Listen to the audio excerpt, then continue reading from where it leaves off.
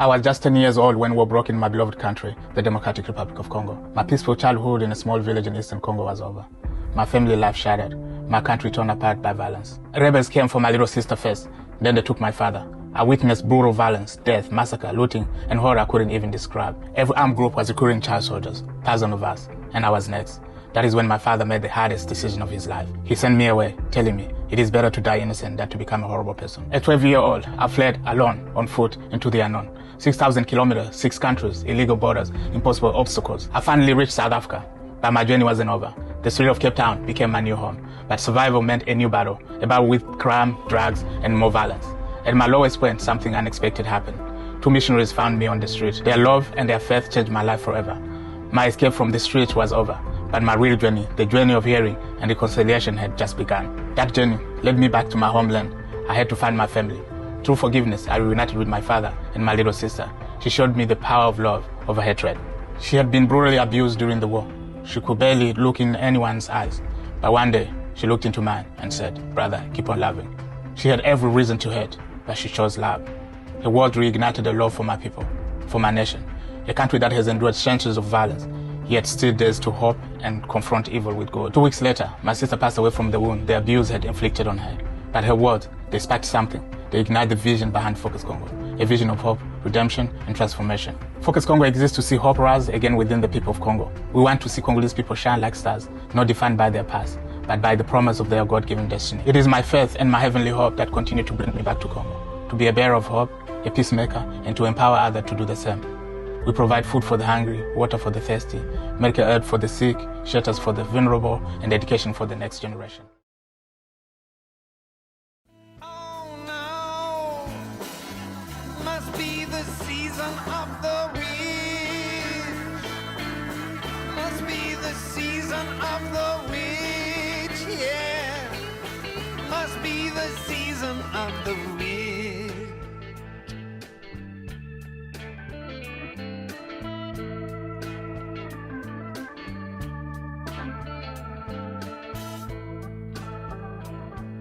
Welcome back to Total Disclosure.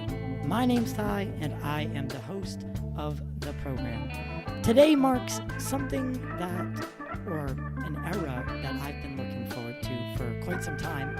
This has been building and building and building. We're finally here and having some sort of semblance of going from, remote interviews, which I don't really like.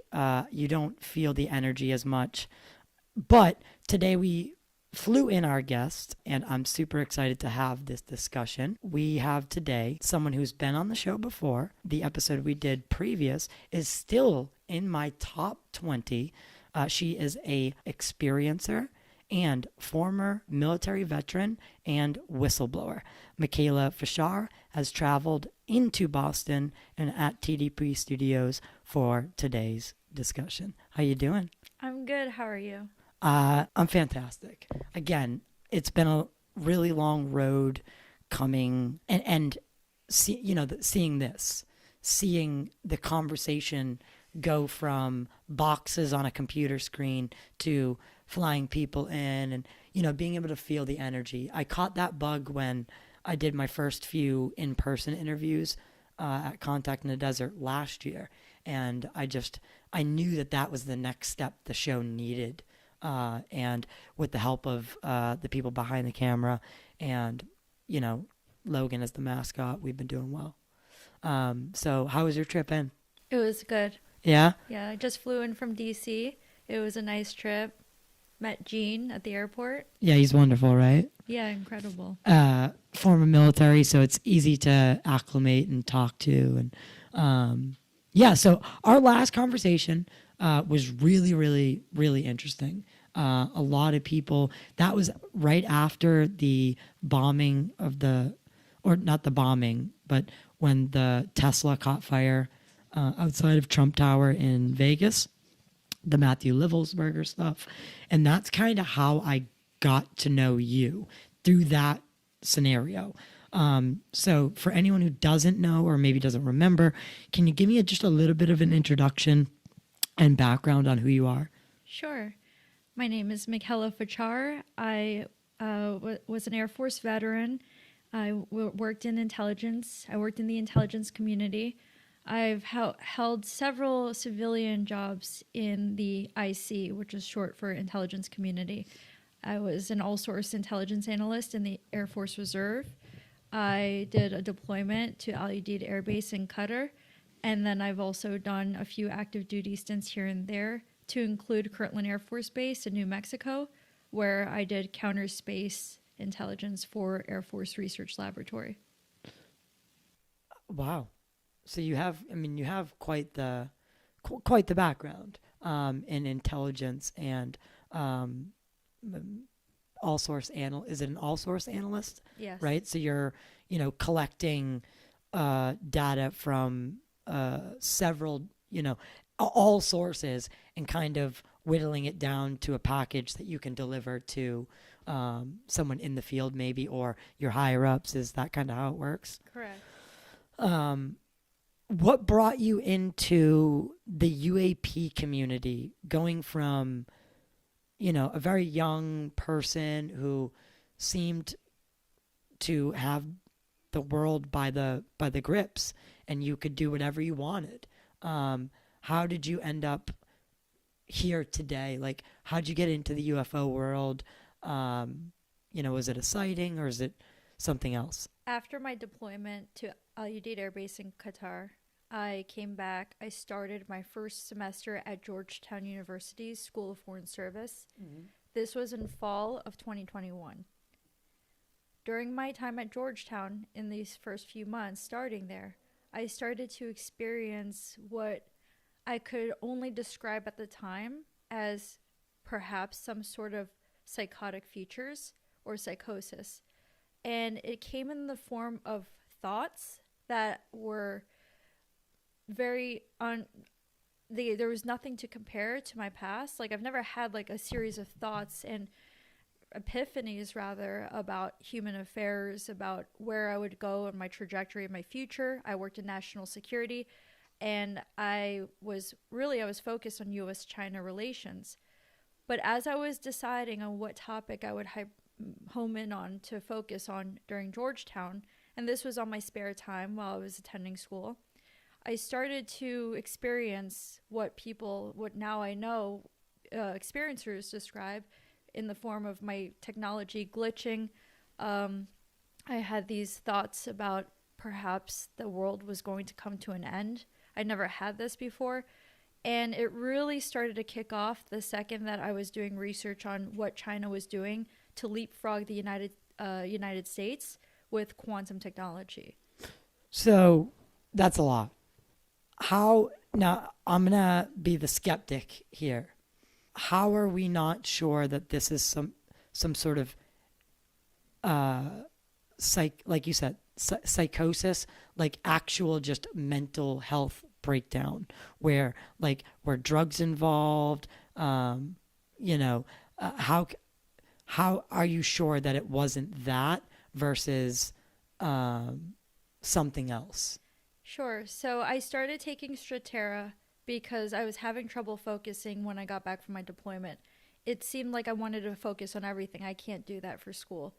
So Strattera is a non-stimulant Adderall. Well, it's like Adderall, but non-stimulant. And I was just transitioning from Adderall, a stimulant, which I was on for like a couple weeks, when I decided I want to do a non-stimulant. I don't like how I feel on Adderall. When I started Strattera 1 week in, that's when things started to accelerate. Suddenly, I felt that I didn't need to take Strattera. I stopped cold turkey. But here's the thing. It wasn't my own realization. Like, it wasn't my revelation that it was ET contact. It was a Friday, and I have to get the date, end of October 25th weekend of 2021, where I was on my way to school, and it was my class that I was going to at 9 a.m., So I was going to Georgetown. I was driving to Georgetown from McLean, Virginia, where I lived, when a series of U.S. government vehicles were getting in front of me and kind of it felt that it was directing me. And I have to describe that more in detail to you because it's not clear cut. It felt they were directing me, and I started following them. And then I started to have these thoughts in my head. for example, I was driving and making a UE going back from Georgetown, following one of the U.S. government vehicles to Arlington, Virginia, and the thought popped in my head to go faster. And I felt like I had to follow these vehicles because these happened immediately after I started to experience what I felt was the world coming to an end, because the United States and China would end up in nuclear war. So that epiphany was what really propelled me. Had it been any other day, I would not have felt that this was necessary. I felt in this moment, and I remember thinking about how I was thinking about it, or thinking about my decisions rather. I felt that in the worst case scenario, I have mental health issues, and I can just continue on and go to seek therapy, seek help, go get a diagnosis. But in the small case that I landed on something that we would go to war for some reason, I figured out they're going after quantum technology, that I would at least be able to notify people within the US government, and that maybe they had picked it up.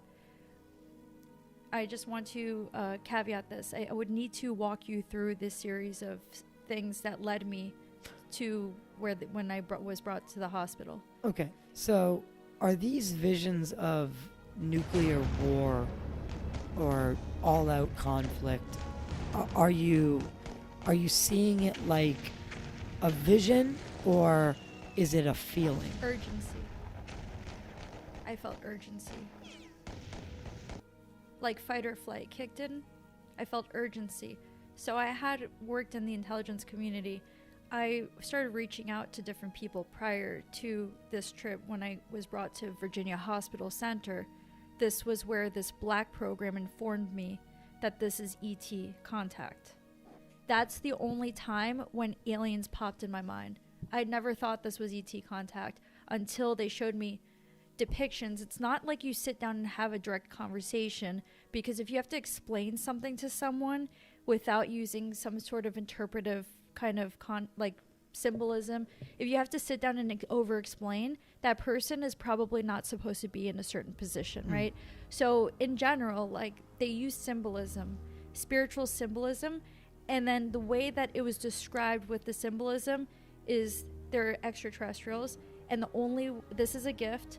The only way to really figure it all out for myself is through my subconscious and analyzing why it was that I was given this intervention or whatever, and then start to peel away and figure out logically and rationally why would this happen. So it was quite a few years I had to deal with it, go through different steps to do the process of elimination, mental health. I went to psychiatry. I went to get a diagnosis. We went through they first of all diagnosed me with like 1,000 things, and then it went away, and he said, okay, well, maybe it's just PTSD. But here's the thing, what would give me PTSD except for me to have this anomalous experience? I see where you're it's going. Up to debate. Like you did go down the road of I'm having a mental break. Like you tried to figure that out, and it wasn't until later on where someone comes into your hospital from a black program. And so I gotta ask you, I have to ask, I wouldn't be doing my job if I didn't. I want to talk about that visit, okay? First off, how are we not sure that they're doing something like do you know Richard Benowitz, the story of Benowitz with Rick Doty? So Kirtland Air Force Base, by the way, it ties into, because you said you were at Kirtland, right? After. But I'm saying. Yeah. So I was literally, hear me out I on this wanted now. to see if they had the UFO program, because I started to get really obsessed with figuring out why, like, there's some nexus between this and disclosure. So I volunteered. I applied for a summer stint at Kirtland Air Force Base with Air Force Research Laboratory.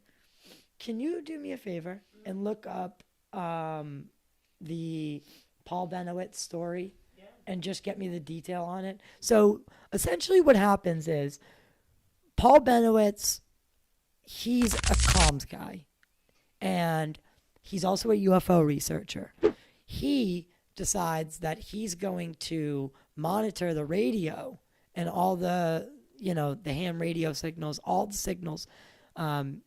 He's pretty good at it too, because he picks up on something that the Air Force did not want him to know. So they dispatched Doty, who was then at that time assigned to OSI.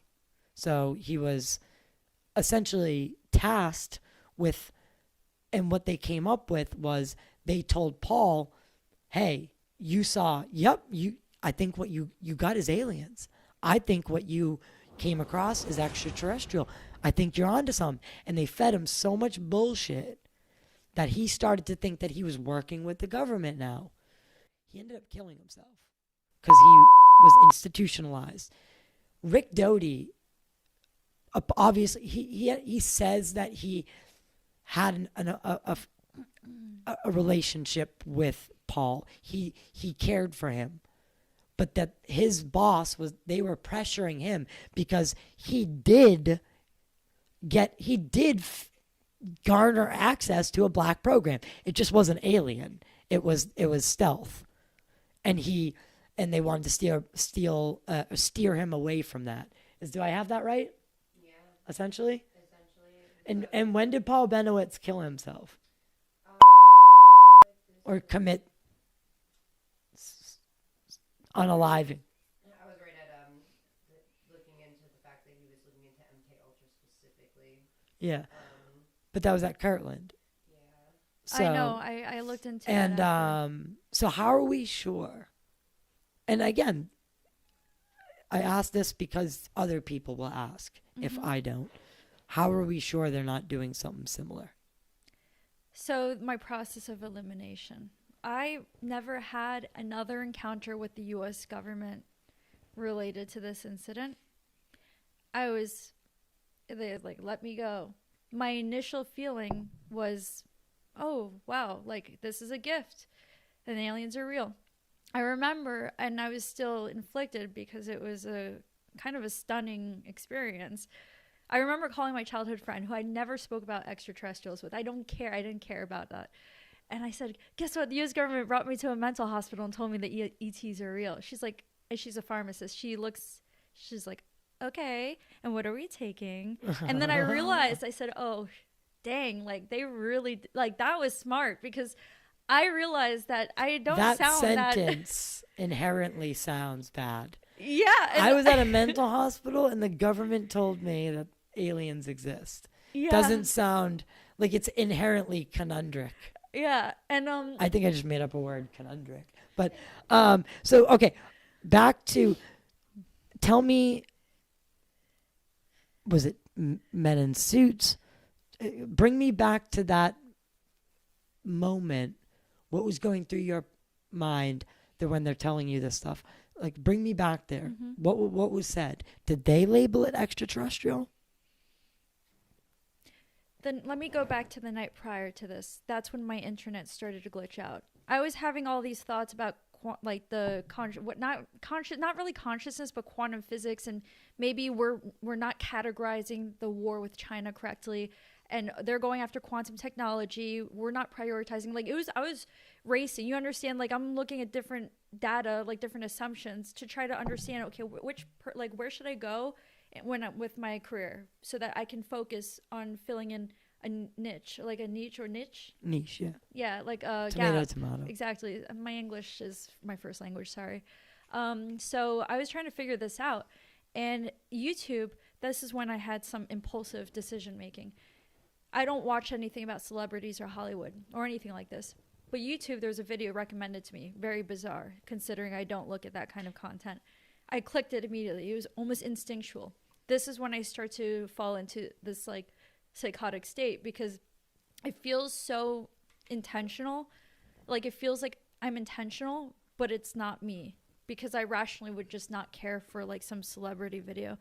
In this video, I don't even know who this content creator is. He was an Asian guy. He was speaking about the relationship between fans and celebrities and K-pop celebrities. What he's describing in this video is basically that fans develop this bizarre relationship with celebrities, and that's the K-pop stars have to hide their romantic relationships because the fans start threatening them. And I felt that this was very odd because I've witnessed this behavior from people that I went to school with, not maybe in the most intense sense of the word, but I've seen this kind of dynamic. In this video, it would start glitching out, and the symbol from signs, the G, you know, looks kind of like a pendulum sort of, or I'm familiar. keeps popping up on different areas. And that's what was tripping me out. I didn't really care for the video, but that was what was tripping me out. So you're saying on your computer, literally signs are popping. The G. The symbols. G, and it looks kind of like a pen. I don't know if it's meant to be a pendulum, but it kind of looks like a pendulum. So,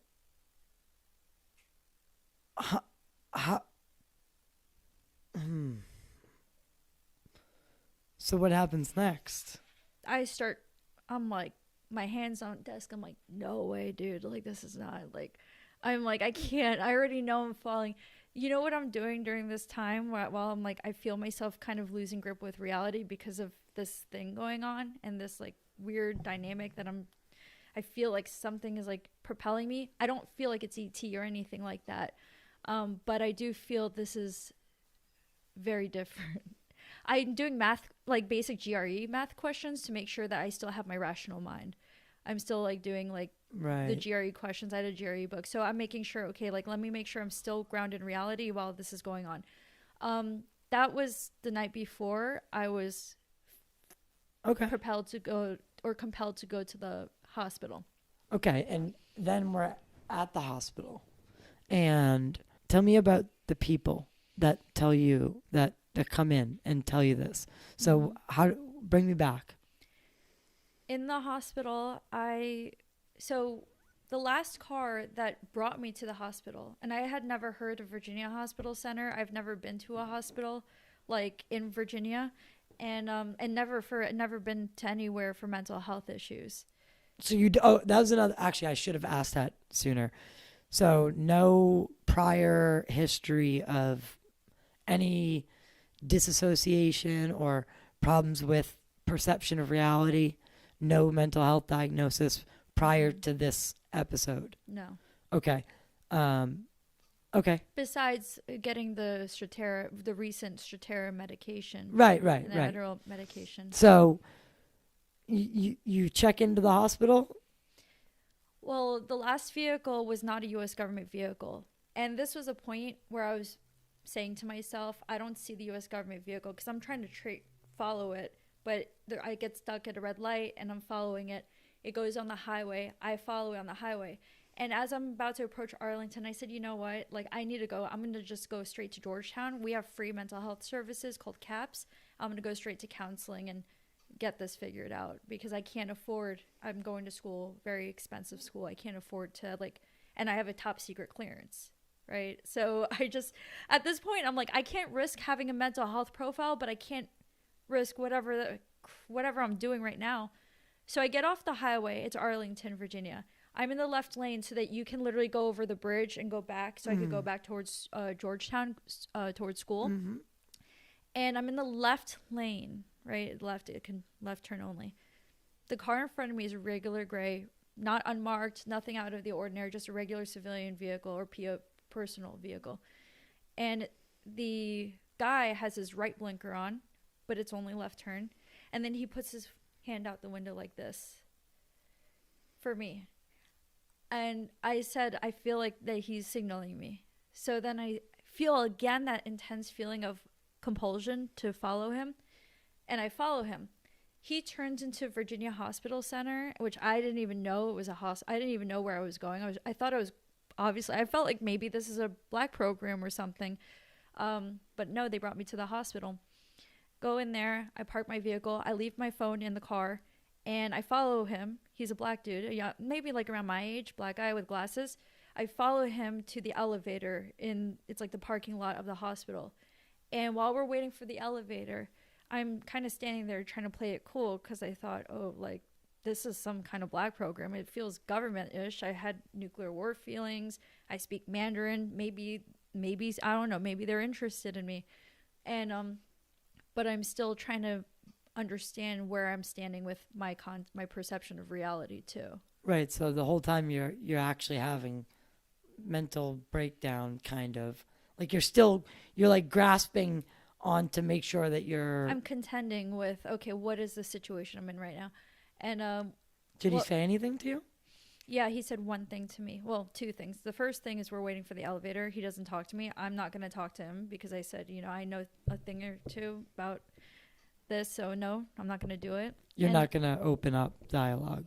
Yeah, because I'm like, I don't know what's going on. And one of the people who's like a normal hospital patient, has like a baby. She presses the elevator, and it's one elevator only can go up from this like parking level. And he says that, hey, like he said, look at the arrow. The arrow says it's going down, but you're going up. And I look at it and I realize the arrow is upside down. I said, oh yeah, huh. And then I don't know what to say, so I follow him. Doesn't say anything. I follow him to a doctor's office, and I'm not sure what they want, but it kind of feels like a test. So he brings me to the orthopedic office, which is not related, obviously, to mental health. And then he just plops himself right down on the chair, and he sits like this, and he looks at me. So I'm like, I look at him. I'm trying to play it cool because I'm like, I don't want to look crazy, right? I can kind of like stifle it. I'm aware that there's an internal feeling of what this reality is, and there's an external. I'm not going to I'm going to keep the line separate so that I don't humiliate myself. And I'm standing there, I'm waiting in line, and he looks at me, he says, are you just going to wait in line? So then I feel that this is maybe me having to prove something, that I'm not going to wait in line, that I know what's going on. I had no idea what was going on. So I just go breach the doors where the private, the patient, inpatient intake offices are in the orthopedic surgeon, like that section. I go all around and I go into the hallway, and, the front desk where people were waiting wraps around. Yeah. So I just go beeline straight to that, and I try to check myself in. I play it cool. The woman who's working the front, probably admin or an assistant, doesn't act out of the ordinary, doesn't think I'm out of the ordinary because I'm playing it real cool. And she says, who are you here to see? Well, you don't know. Well, so I'm like, okay, this has to be government. This has to be military. Maybe, right? But where's the gray area where I can try to see if it was connected maybe to my service in working in one of the 3-letter agencies. I know he's not a psychiatrist, he's a psychologist. I had worked in an office where there was our army psychologist in the office in the summer. So I name drop him because I'm like, that's the only person I could imagine. Maybe they have their connections, because why would a government, if it is government, reach out to me? Nope, they don't have his name there.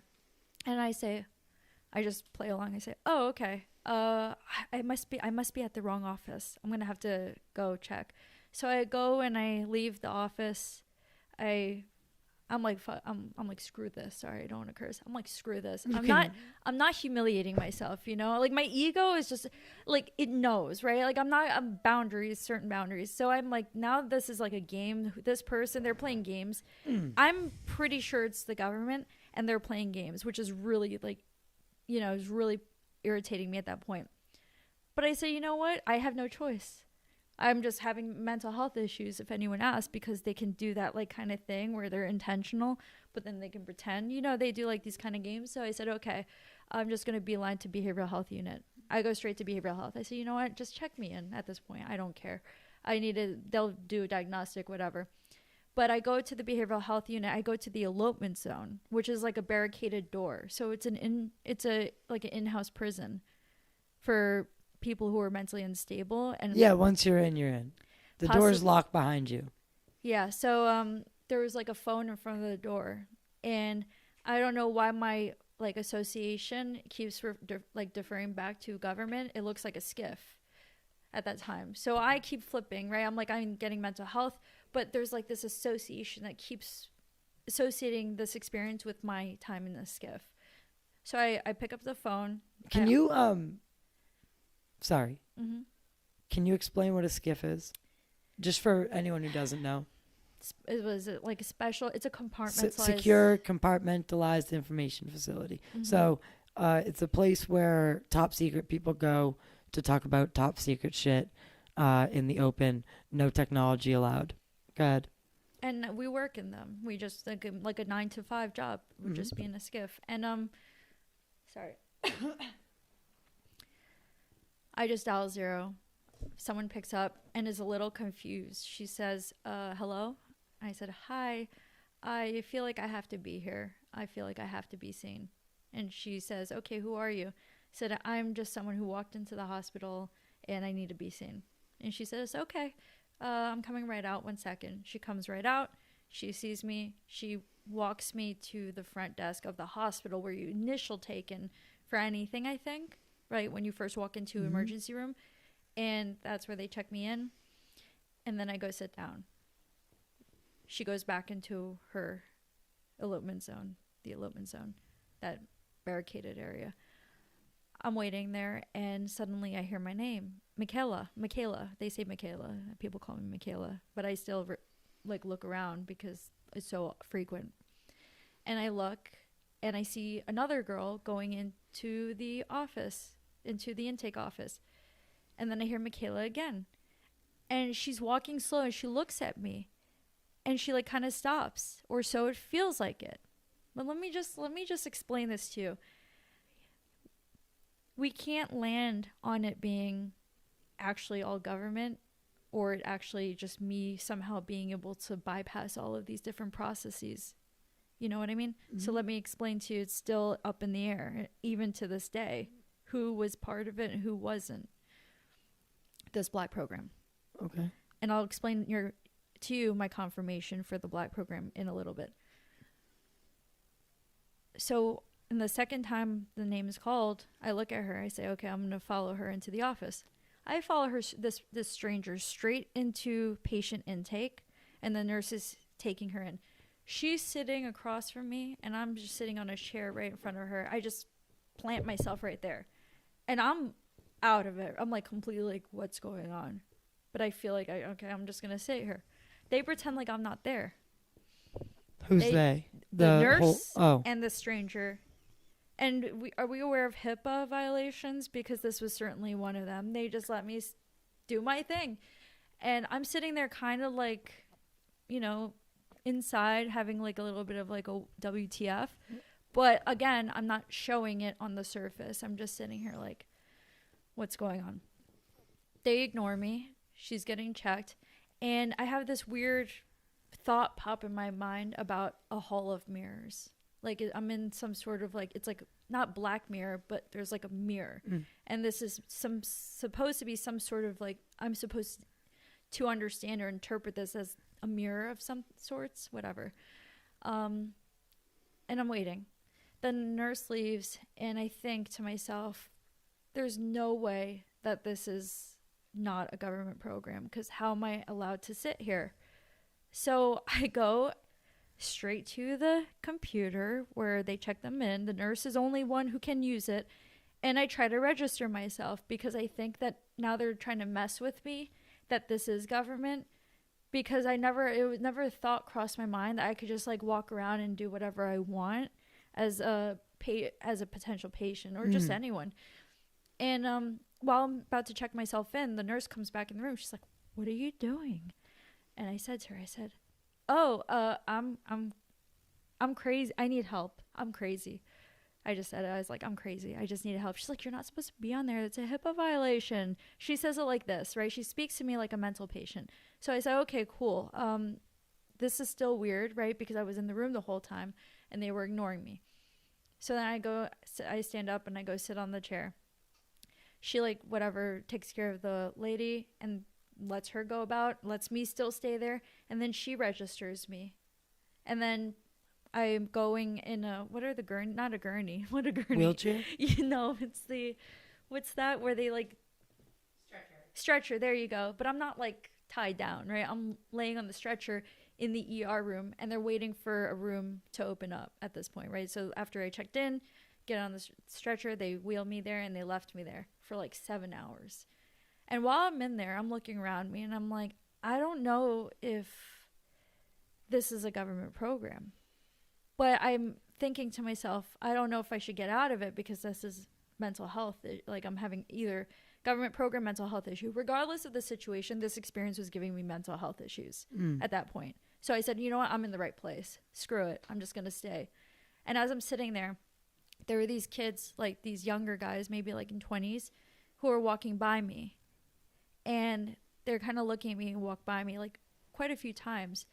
And they have logos, like, you know when you have like the logo fonts and a letter like X is split because it's the style, so it's kind of split. What is that called? Glitch style logo. What started happening was this person kept walking by, and I don't know if he's just walking around the hospital or something. What happened to my perception, my visual perception, is it wouldn't make out the whole letter anymore. I could only see the parts. I couldn't see the whole letter. Your mind automatically helps you incorporate a whole structure if it's supposed to be a symbol of something. So X being a symbol of the letter.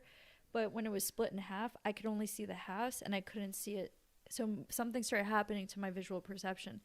Anyway, I'm sitting there, and finally 6 hours later, I'm having these intense internal experiences, which are like mental health experiences. Obviously, it's all mental. And I finally am checked into the elopement zone. They had made a room for me. While I'm in there, I'm in psychosis, volunteering myself. They give me a time limit. She's like, you have this much time to sign all this paperwork. So as I'm signing it, I really, like, I can't even focus at this point. I'm not really sure what time it is. I'm kind of forgetting where I am, and I'm starting to lose grip with reality, right? I'm completely losing grip with space-time. But I have to sign these fast. So I sign all the paperwork, and then they take it, and then they give me my gown. They take all my stuff, and I'm in grippy socks, right? I'm like, okay, cool. I'm sitting there. As I'm sitting in grippy socks, I'm sitting there. I'm like, damn. I shouldn't have come here, right? Because it's been like 7 hours at this point. I didn't have my phone the whole time. My husband's off work. And I miss him. I'm just thinking, I should have just waited. Like, why did I felt like I had to come, but I don't think this is a government program. I think I'm having mental health issues. But now that I recognize it, I should have just went a normal way, not went inpatient, and I don't have my phone or anything. So I'm sitting there. As I'm sitting there, I start getting these, like, what you call downloads. So I was going to bring that up earlier. It sounds like something that could have happened is you were beginning some sort of process of what people have referred to in the past as downloads of future possible scenarios, and you're looking into the quantum side of things. And I mean, if we want to talk about quantum, not to divert because I want to finish this story, but you're looking into quantum technology. You're having visions of a possible future. You're seemingly, I'm not having visions. Well, you're having feelings of the U.S. that Washington D.C. is not. China's figured something out, and they're not figuring it out. Right. And that, like, China, and I don't know why I thought China's quantum technology was going to. Right. So that it is surpassing us. So the fact that you're looking into these things, you might have been the right person to get this information to, because you do have a top secret clearance. You do have, the China background. And maybe. So I wanted to say it earlier, but this download idea, it starts to make sense, right? So we're skipping forward a little bit due to time. When you're in the inpatient, when you're in that locked room, is that when the people come to you? Mm-hmm. And so I have to cough. I'm sorry. there's like a bookshelf in the main room. There's like a little playroom. You have coloring pages and stuff like that. That's the main room, not your bedroom. I'm sitting in there and I get this nudge, this compulsion again to grab one of the books. And it's a book called California. It's kind of like Humans of California, just everyday photographs of people like construction workers, things like this. I flip to a page, and the page is of a dark forest, and it's like a glow in the dark forest. But the page, what the page is talking about is CRISPR, not CRISPR gene editing, not talking about anything related. Like, I don't know why there's a forest, which honestly, like, people will do, like, they'll do things that are unconscious. Like, they won't be very intentional about everything they do. So it doesn't always mean it's intentional. But I got this idea. This something came in my mind saying, we created you. And I didn't know, but it was the first time I was like, is this like some sort of, I entertained extraterrestrial, like they genetically edited humanity. I mean, I said, you know, I don't know if it was about me or human race, whatever. I just like, I was like, ugh, like I threw it aside because I said, I don't need to be crazy anymore. I'm good. Like, you know, I just said, push it aside. But this was a voice that was not your own. Yeah, it was like saying we created you. It was like feminine, like very like, we created you. But again, I'm like, I don't need this, right? I'm not trying to be like anywhere cuckoo. Like, I just need to figure out this is like a government thing or whatever. While I'm sitting there, there was a doctor. Oh, not a doctor. But I think he was a worker, and he was from Pakistan, and he was Muslim. He told me, and he asked me. He pulls me aside. He's like, I want to ask you a question, and he pulls me aside. He said, I'm the CEO of Google. And I want to see if you're in an American government position, he said, would you do me favors? If you just use your position to do me some favors. I'm sorry. What? Yep. Who is the CEO of Google? It's not this guy. It's not him. Listen to the question, right? Like I want you to focus on the question. He asked me if I would use my position, a position of consequence for Americans to do him a favor. It was an ethical question. And I remember being disgusted because I said, like, he was trying to see if you would still commit treason. Not necessarily treason. I mean, you have people go in and out of different positions in DC. Like, you go and work in the United Nations, you could go work for Lockheed Martin, you could do all these different things, you know? But anyway, so he asked me that question, and I was like appalled because I said, like, now I'm crazy. Now you're questioning my character. Like, I don't know what's going on, but it's still, now I'm led to believe again, this has to be some sort of U.S.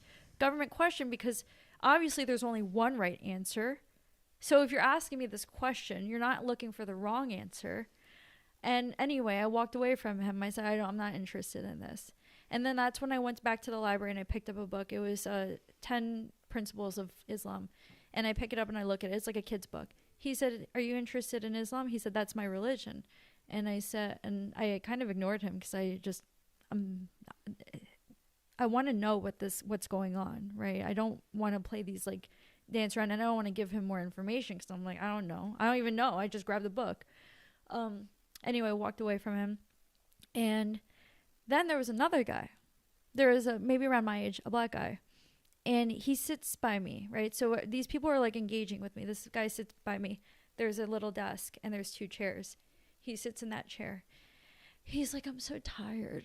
And he says it to me. He's like, I'm so tired. What do you recommend I do? I'm so tired. And then he keeps lifting his butt cheeks and farting. And like usually like I would be so like, I don't know, appalled. And so I was so out of it at this point because it's like the mind tricks are crazy right now. On top of me having these weird downloads, all these weird things going on. I've never been in a mental health facility, so that's also a new experience. And I remember what I said to him, which is actually kind of funny now. I was like, you're not tired, you're potential energy. You're at your, you know, you could be like kinetic if you like really put your mind to it. You know, it was so stupid. I was really out of it. So I'm not I want you to know that there was a mental health overlap with this. Okay. And anyway, so that was a small interaction. And then Friday. Odd. Yeah, Friday I call my husband, and then I try to call my dad. They both have 805 area codes, which is California, and I'm still obviously in Arlington, Virginia. And that's causing me to have more distress because I'm starting to lose track of where I am because I'm having space time. Like, I'm getting all discombobulated. And because I call them, I'm like, am I in California? Why do they have California numbers? Like, things are just like kind of fuzzy for me at this point. Fast forward to the next day. So fast forward to that night. My roommate is schizophrenic. She might be schizophrenic, but she's like talking, and I'm getting terrified now when she's talking in her sleep. I asked for a room change because when I went to my room to go to sleep, and she was like flailing and stuff, I was like, I'm ready to go. I can go home. I think I'm good. I don't want to be here anymore. They said, no, you can't leave. I said, what do you mean I can't leave? They said, you're gonna have to stay overnight. And I'm like, okay, I'll stay overnight. So then I stay overnight. Or you have to stay in that room, sorry. So I go back in the room, and there's a Bible, a Gideon's Bible. And I start reading because I feel like... You can't leave AMA? You can't leave the elopement zone when you voluntarily check yourself in if whoever was in charge decided that you're a menace to society. Okay, continue. Yeah, so I'm in there, and I'm starting to... I've never opened a Bible before this. And I open up the Gideon's Bible. It's like right by your bed. And I start like flipping pages and praying. And I feel like this person next to me is suffering from demons. Like, she's really struggling. And I'm not religious, by the way, at this point. I'm still not religious in that sense. But anyway, like, it's not like something that I would be like, oh, you're demonic, Never. But this moment, I'm like, I'm in this room. I'm sitting by the light, the small light. And I just feel like I'm like shaking. I'm praying because I'm like, but I'm praying, but it doesn't feel raw. Like, I feel like I'm trying to act it out because I'm trying to like make her stop. I don't want to wake up, and I just don't want someone like standing over me. Like, yeah, I'm yeah. done. Oh, Yeah. I'm like, I can't. So I didn't sleep that night. And anyway, I didn't sleep that night. And what's crazy is, I mean, it's not that crazy, but I felt it was crazy. Is I was very silent. I was very still, and I was very awake. Like, I was locked in, I was like laying there locked in because I'm like, I need to make sure I'm ready for something. She's laying on the other side. She's not looking at me. I would know because I'm making sure she's not focused on me. She says out loud, she's like, she's not sleeping. And I'm like freaking out because I'm like, she better not be talking about me right now because I'm done. And she says, she's not sleeping out loud. And I'm like, oh, she's like, well, now I'm going to have to be up the rest of the whatever until I'm gone. So I was up all night until like 6, 7 a.m. I get up, I go into the living room. She's just laying in bed. She was in bed like the whole time. And I go out in the living room, meaning like where the bookshelves are. Common room. Yeah. And I'm just like doing whatever. And then I see an older guy who's like really smelly. He looks like a veteran, and he acts, like you get that vibe. I get that vibe from Gene. You know someone was in. Yeah. He, like, this guy is like, I know he was in. And I say something, and he's like talking about me, or he's talking to someone, but I feel like I have to listen to what he's saying because it could relate to me. And he's basically like, this girl needs to mind her business or whatever. I don't know. I'm like, right. Okay, like you're old and you have issues. Like, I'm like making, I'm young and I'm aware I have issues. So then my awareness can also make sure like you're okay. And he just, whatever he does, like whatever, talks to people. And I'm kind of like sitting there. No one's engaging with me. No one's talking to me. And I'm at this point done, I said I want to go home right now because I thought this was going to be something that it isn't. And then I start getting really claustrophobic because I think to myself, I actually think that, yeah, I'm having mental issues. And I did think that this was something that it wasn't. But now I'm starting to really think about life in general and people around me and people in the public. And I really start to feel that I think we might all be mental patients. Like, I believe I live in an asylum, and I was perplexed because I was like, should I, like, what's the point of leaving? Because I do think that maybe like we're all nuts, and including myself. So then I start getting claustrophobic, and I think to myself, well, I have nowhere to go at this point. And that's when I walk into the main hallway. I'm pacing, kind of not pacing. I'm walking past the desk where the nurses are, and they're reading a magazine or something, and the woman looks up at me, and I'm pretending to like have my clipboard with all like the intake forms and stuff. I'm walking towards these escape door, the elopement door. It has elopement on it, right? I walk towards it, and I realize actually like there's nowhere to go, because I'm starting to feel like, oh my, like I think this is like just all like, you know, I think it's all like screwed. And then I drop to the floor. I start flailing. I freak. I throw my clipboard. I'm like, I don't care anymore. And I remember this just came out of me. I was like, I will let you all die. I don't care. I'm done. I don't care. And I just realized that after that was my nuclear war code that like kind of right tripped me out, because I thought we were going to enter nuclear war. So I storm into my bedroom. I'm screaming, and I'm like crying, because I'm like, I'm so like, I'm ready to peace out, right? I just like, if I just like my soul left and I was gone, I'd be good, right? Let's go back to space, whatever. Not suicidal. I'm just saying like just to exit the body, you know? Okay. And I'm screaming. As I'm screaming, nurse comes in. These guys, one of the guys who was walking by me, like they look like kind of like 20-year-olds, but they're like, they used to be skater guy. Like they look like young, like just not in government. They have like a camera, and they come in. The nurse plays it cool, just like they played it cool when I first entered the hospital, when I went to the intake room. And remember when I was sitting in front of the stranger, and they were just like, yeah, it's business as usual. Nurse pretends it's business as usual. She's like, you're not supposed to be here, she says to them. It's a hospital. I don't even entertain it at this point. I just drop on the bed, and I'm like, done. I drop on the bed. I'm like, I don't give a fuck anymore. I don't care, because it's just too much going on. One of the doctors comes in, like this older lady, and she injects me with something, and I knocked out. I wake up at nighttime, and the reason why I know that is we have a window. It's nighttime, and it's dark in my room, and my schizophrenic partner is next to me. She's laying in her bed doing whatever, and I'm looking up. There's a projection. Like, it looks like, you know, if you have your projector, it looks like you have projectors at the screen, but I don't recall having a projector ever anywhere around me. So I'm looking up, and it looks like the screen's on the ceiling, and it looks like prison bars, like a jail cell. And behind the jail cell, a bunch of green-looking stick figure aliens. It's animated, so it's like a cartoon, like two-dimensional. And I'm looking at this like, I'm kind of like mellow. I'm mellow because I just woke up from whatever they injected me with. And I look at this. They show me, they use SpongeBob references. They show me Mr. Krabs, and they said, like, they show like money signs, and then they show him, the aliens disappear. They show him behind this jail cell crying, and like it's like he's stuck in jail. That's like the reference, like he's stuck in this jail cell. And then they show me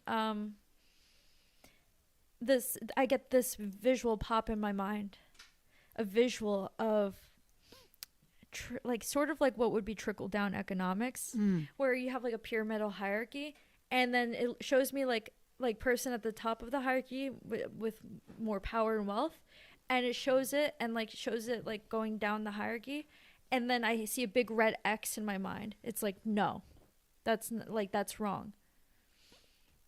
And it's trying to explain to me that you shouldn't be looking at like things like this. I don't really understand at this point either, but it's in reference to greed.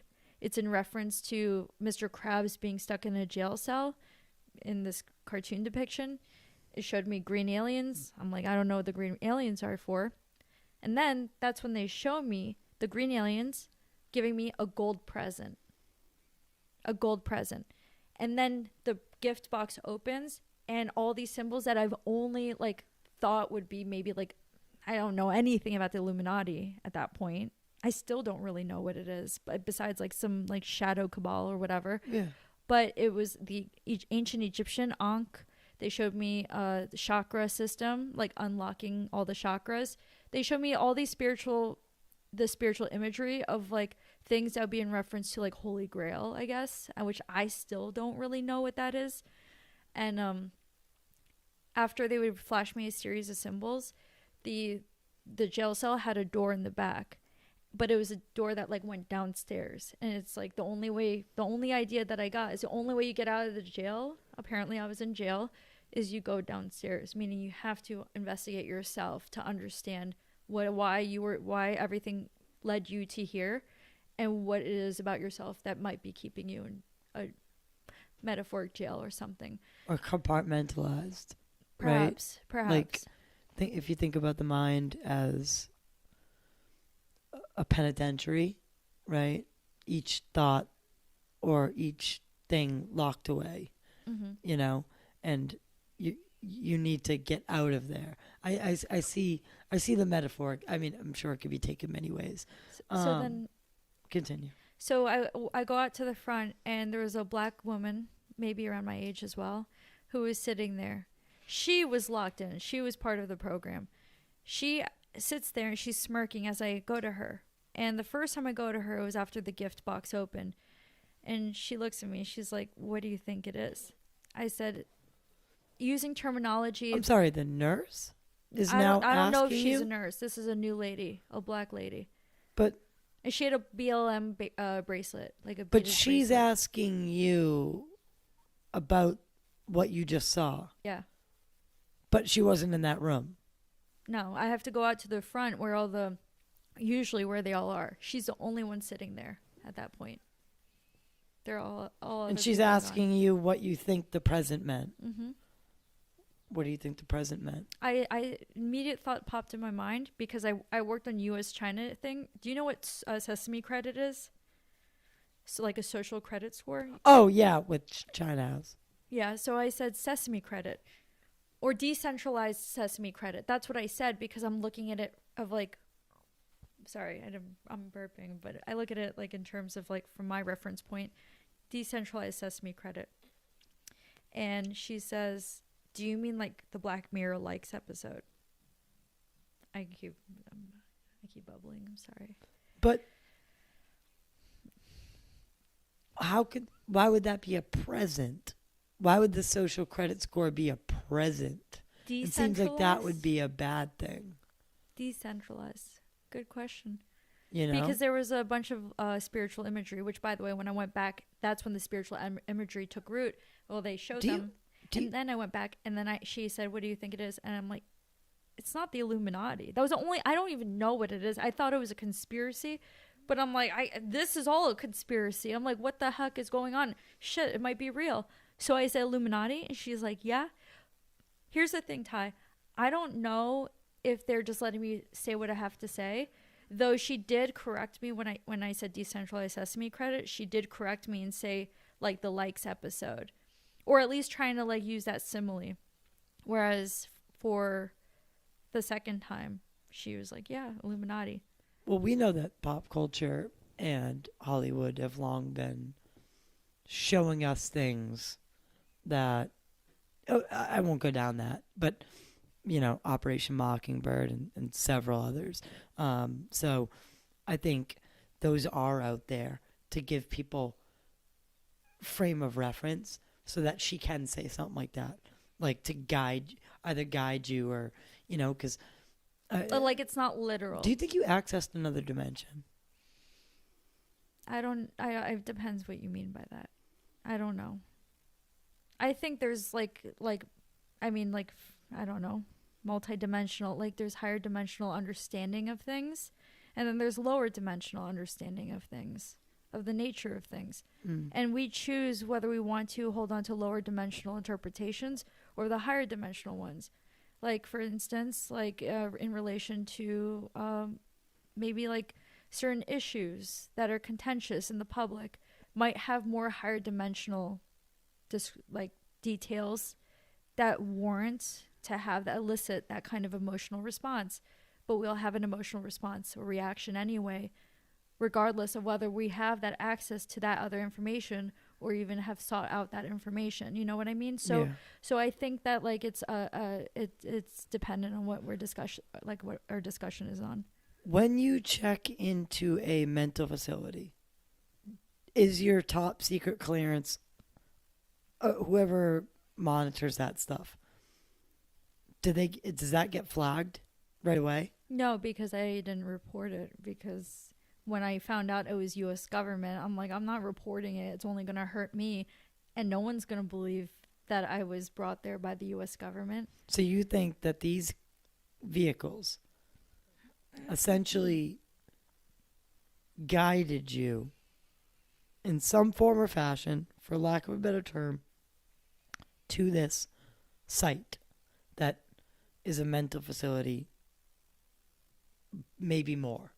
And that's where you got the confirmation that what you were experiencing was A, not normal, but B, something that they know. They know it happens to people, and they are monitoring those people.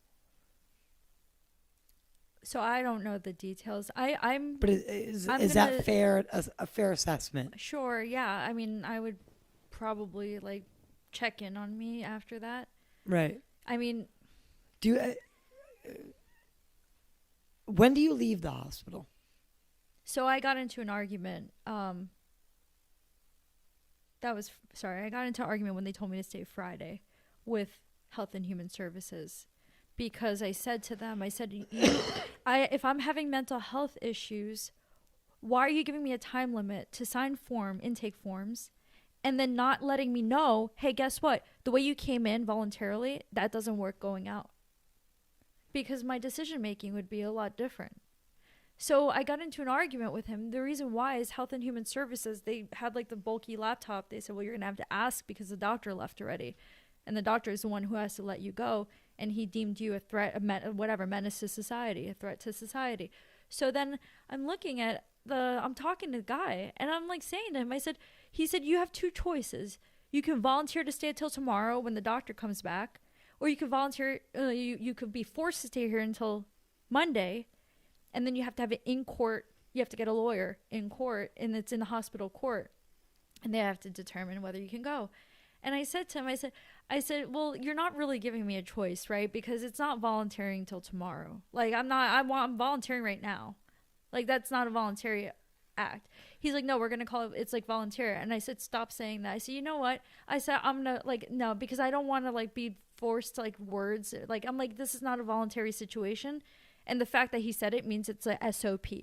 He's not just pulling it out. Someone said, oh, it's voluntary if we force him to stay until when a doctor sees him. Got it. So I'm like, I'm going to get a lawyer. Whatever. Okay. I got a lawyer, and Monday was in the court, and then Monday was when I checked out. So what do you go back to your job? What happened? So what happens next? I mean, is the contact continuing? Are the thoughts, the intrusive thoughts still happening? So right before I checked out, my attention, and the reason why I say my attention, it wasn't something that I would have looked at because I was just ready to get out, but something brought my attention to the table. There was a brand new book, The Alchemist by Paulo Coelho. You know that book? I do not. It's a book on purpose. And, The Alchemist? Mm-hmm. It's a book on purpose, Paulo Coelho. And I felt the compulsion again, pick up the book and take it. And as I was I read a little bit of it. And when I was checked out of the hospital, I forgot. I said, oh, wait, I took your book by accident. They said, no, you can keep it. I was like, okay. Okay. Yeah. I finished it. It's a good book. I mean, a lot of people, you should read it. I will. So where do you go from now? Where do you go from there? Because do you go back to work? I go back to school. You back to school? Mm-hmm. Your top security clearance is still intact? No one knows. Okay. Except my husband and my father, my mom, and my friend, who I told, they were in the hospital, the aliens, they made the aliens go shh, but I don't think they were really, it was like a NDA. You didn't have to go shush. I went straight to my childhood friend. I said, guess what just happened? And that's when I realized, oh, good to know, because I saw how it looked. I saw her reaction, and then I realized, yeah, this is not something, it only hurts me. Whoever designed this knew very well that what they were telling me and the whole all of the context would be at my expense, Discrediting. my reputational expense, and still give that kind of plausible deniability. However, I think there's a caveat. I think that there's a certain element of this that ties into disclosure. I mean, this is all tied to disclosure, in my opinion. How? When you show me extraterrestrials and I'm in the U.S. government, and then I have this continuous ET contact that changes my whole life course, and then I find Anjali and I find John Ramirez, and then I see there's like this like push-pull. There's people who are experiencers, and then I see there's some other controlled element to it. And I don't think it's like a good or evil kind By the of way, thing. I'm not saying that. I'm saying that we just have different intentions. John Ramirez, former CIA, very interesting person, someone I'd love to have in that chair. And then Anjali was former Base Systems, Marine Corps, DIA. DIA. Yeah, DIA. I was looking for the government part. Both really well respected. Anjali's case is a little murky, I think, in terms of public perception. But okay, so you gravitate towards them. I want to talk about the Livelsberger stuff. What specifically led you to conclude that Livelsberger was alive, rather than concluding the explosion was a false flag with some sort of like body substitute? In that specific moment when I blew the whistle, it was just all uncertainty. The last thing we had, the Cybertruck bombing, we had some the quick footage that the mainstream media gave us. We had his alleged, whistleblowing email that he sent to Sam Shoemate. Yep. And I was listening. I didn't care about the Cybertruck bombing. I heard about it a couple days prior. But for some reason, when I was driving back from Washington, I was in Washington, D.C. seeing my mom, like McLean. My mom lives there, so I was seeing her. We drove back after that New Year's.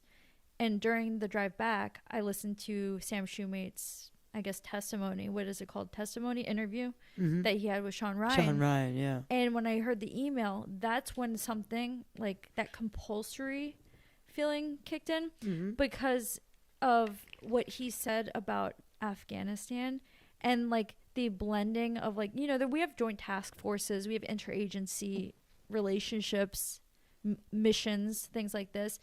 His whistleblower email alleged that there were crimes against humanity in Afghanistan. The United Nations tried covering it, and then he just casually includes UFO and UAP stuff at the end. And it's talking about, because at the time that New Jersey drone situation was happening, and he was saying that they were Chinese, that it was Chinese, right, I believe? So the core of his message was so similar to what I had initially experienced. Right. When I had this, like, I'm like, the U.S. government has a relation with this hospital, they disclosure and like something, whatever I had happened, which the public just doesn't know. And I feel like they still have a hard time understanding that, like, their idea of like how dynamics are like very, and it's not always nefarious, it's just like much more complex, like I'm saying, like, for example, the Operation Mockingbird, we're starting to get to know that, but I just feel like now MAGA is finally catching up that people are pay for play influencers. I'm like, y'all didn't think that they were gonna get ahead of this? Like, I mean, come on. Like, I mean, like I seem to be figuring things out quicker, And but die hard, like, I'm not saying that as like in an ego or anything. It's just because of what I had experienced Right. personally. Like if I wasn't for that, I probably would be just out working somewhere.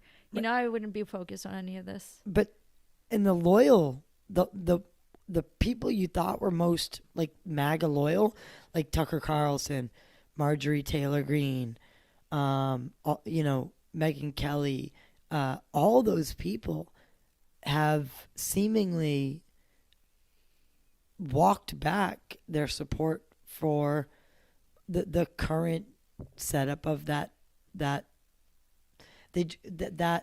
administration.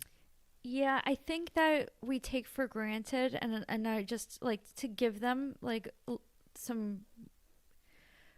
Not, I don't know. I guess I don't know credit because I don't know at what cost they backtracked. I mean, they gained an audience because there's like a fracture, but like you have a bigger pool of audience for like not backtracking from certain things. I just think that a lot of people take for granted why they are something, maybe politically, why they're something here. Like I think that like through like your own realization of they decided, oh wait, I didn't know it was gonna be this, or like, you know, maybe I'm just like staunchly this. So I'm not gonna like comment on that because I understand like from an individual perspective, right? We're not all like on the same team, maybe for the exact same thing. We're not copy and paste. We all have our own individual preferences and understandings. Have you ever experienced a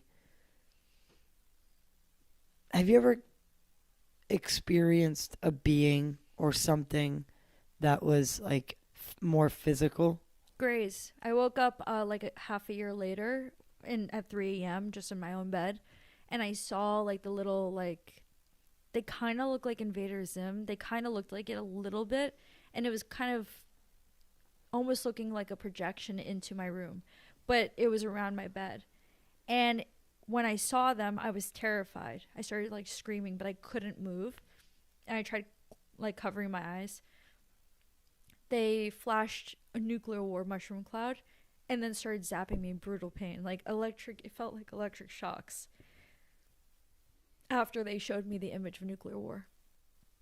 And then so again, they're showing you catastrophe, just like the other thing. What do you make of that? Given what you know, like your background training, where the geopolitical framework is right now, they're trying to warn you, it seems. I think that they have possible like more control over the world than we have. The beings, yeah, the visitors. Yeah, I think it's like sometimes it's invisible hand. Like my God is the only thing that gets me through everything, and my faith in God got stronger because I'm unwaverable when it comes to what my values are. Right. I don't care what people say, and I don't care if like anyone like. I'm just unwaverable. So my faith in God is a lot stronger. God's stronger than them. And however, I do believe that they have, and they intervene in subtle ways that we might not even perceive. And they also have, I believe that they do have a huge hand in like creativity. Not fully. God, I'm going to speak to a religious or like a non like ET audience. I'm not saying it's not God. Creativity comes from God, right? Because it's like from your soul. But I do think that there's some kind of role that they play as like a muse. I think that's the way that I want to, yeah. Bingo. A muse. It's interesting that you brought that up. You spoke about this feeling, right? Like this, do you think that you were targeted with some sort of directed energy weapon? You said you were describing, I can't remember what it was, but you were describing how it felt like your insides were burning. Like they were twisting my intestines. It was really painful. Right. I've only had this kind of feeling. I hate it. Is like when you pull your muscle in your abdomen, that awful feeling. That's what it felt like. It was really like bad. That started in like February, March of 2023. And I actually had it started while I was in uniform during a drill weekend where I started hearing their voice, auditory hallucinations, but it was intentional because at that point I had seen the ETs. I was told about ETs, but from an outsider, I'm having schizophrenia, psychosis, whatever you name it. But the voices were telling me, you're not supposed to be in uniform. You're not supposed to be doing this. This is not your job. You're supposed to be doing something else. At that point, I'm thinking, you just showed me nuclear war. Like, what do you, I'm like, I'm not good at, my Mandarin's not good. But I feel that I have a good grasp of U.S.-China relations. Like, it should be here, you know? And why do you think? Well, I'll get there in a minute. Have you submitted any formal whistleblower, like, testimony to the intelligence community, Inspector General? And if not, what would prevent you from doing so? No. Why? Because it was compulsive. I was impulsive when I did it on X. It was during the Sean Ryan. They were talking on whatever. Yeah, you were a little frustrated with the lack of answers you were getting back, right?